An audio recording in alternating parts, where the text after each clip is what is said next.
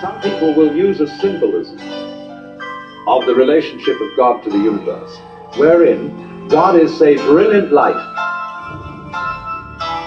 only somehow veiled, hiding underneath all these forms that you see as you look around you. So far, so good. But the truth is funnier than that. It is that you are looking right at the brilliant light now, that the experience you are having, which you call ordinary everyday consciousness, pretending you're not it, that experience is exactly the same thing as it. There's no difference at all. And when you find that out, you laugh yourself silly. That's the great discovery. In other words, when you really start to see things, and you look at an old paper cup,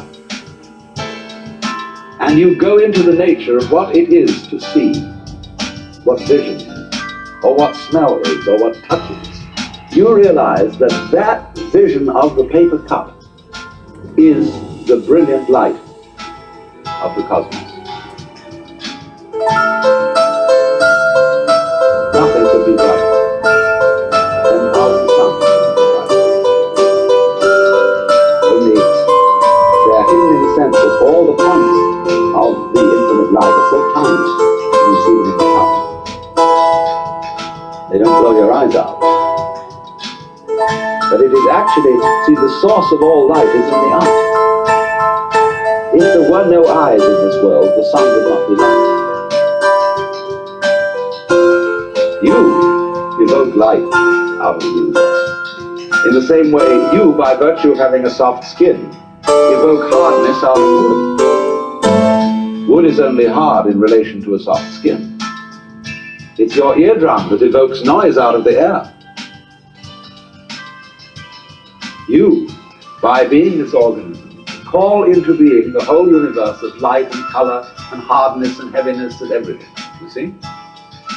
But in the mythology that we've sold ourselves on during the end of the 19th century, when people discovered how big the universe was, and that we live on a little planet in a solar system on the edge of a galaxy, which is a minor galaxy, everybody thought, we're really unimportant after all. God isn't there and doesn't love us. And we put ourselves down. But actually, it's this little funny micro, tiny thing, crawling on this little planet, way out, who has the ingenuity, by nature of this magnificent organic structure, to evoke the whole universe out of what would otherwise be mere quantum.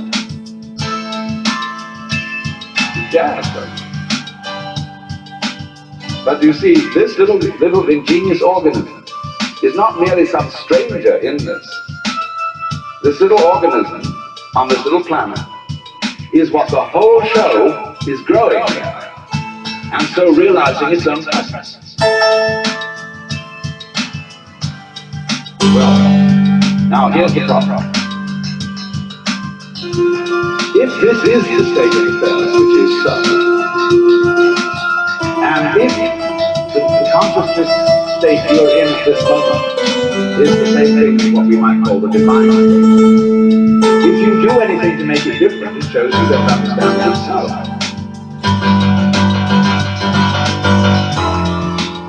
So the moment you start practicing yoga, or praying, or meditating, or indulging in some sort of spiritual cultivation,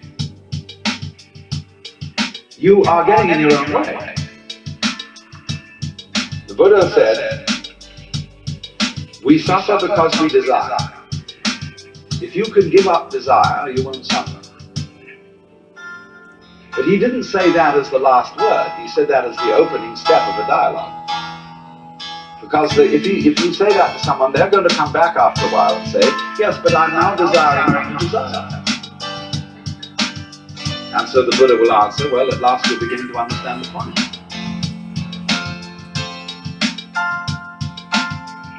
Because you can't give up desire. Why would you try to do that? It's already desired. So in the same way, you say, oh, you ought to be unselfish. got to give up their ego. Let go, relax. Why do you want to do that? Just because it's another way of beating the game, isn't it? The moment you see you hypothesize that you are different from the universe, you want to get one up. But if you try to get one up on the universe, and you're in competition with it, it means you don't understand you are it. You think there's a real difference between self and other. But self, what you call yourself and what you call other, are mutually necessary to each other, like back and front. They're really one. But just as a magnet polarizes itself in north and south, but it's all one magnet, so experience polarizes itself as self and other, but it's all one. So if you try to make the North Pole get the mastery of it, or the South Pole get the mastery of the North Pole, you show you don't know what's going on.